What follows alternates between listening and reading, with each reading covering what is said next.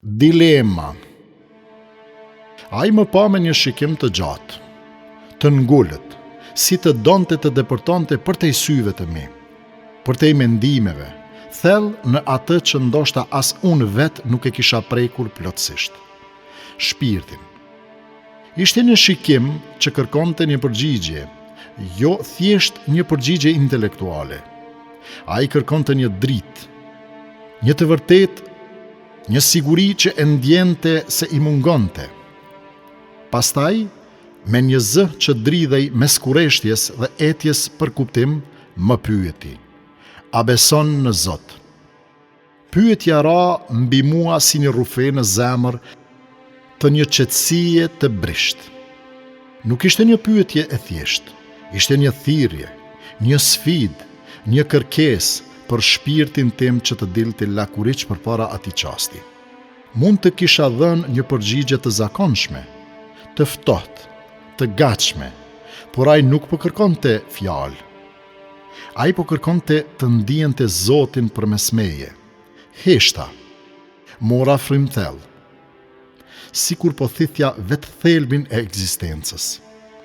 Shikimi im u thellua, dhe pastaj me një zë që nuk ishte më vetëm imi, por që dukej sikur vinte nga thellësitë e një bindje të lashtë, i thash: si mund të mos besoj? Si mund të mos besoj kur para meje qëndron një krijesë si ti?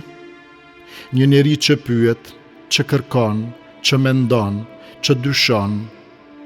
Vetë dyshimi yt është dëshmia më e fortë se je më shumë se sa mish dhe kocka.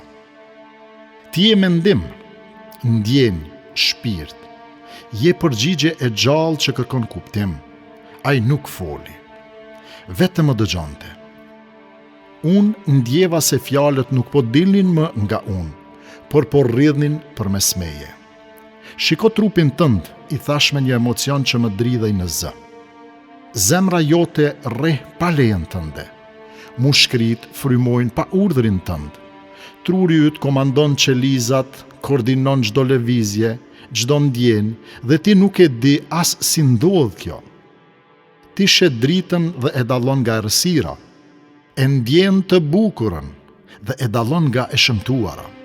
E ndjen dhimbjen, dashurinë, mungesën dhe përsëri mendon: a nuk je ti një botë me vete? Një univers që ecën mbi dy këmbë?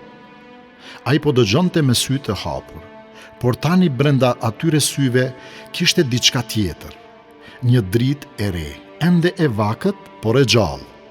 Dhe megjithatë, vazhdova më butë, më thellë.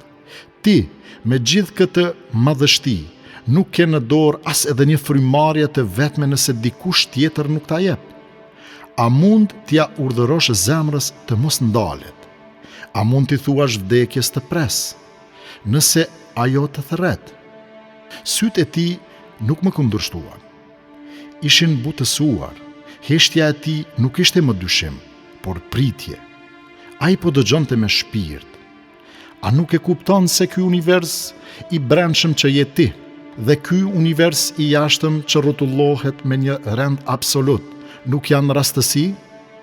Nuk janë thjesht përplasje molekulash. Ato janë dëshmi se ekziston një që ka ditur, ka dashur dhe ka urdhëruar që ti të jesh. Ai që kur dëshiron diçka, vetëm thot bëhu dhe ajo bëhet. Pastaj u ndalëm. Nuk kishte më nevojë për fjalë. Heshtja që mbeti ndërmjet nesh nuk ishte bosh. Ishte e mbushur me një prani, me një paqe që nuk ishte emër tjetër, përveç se Zot.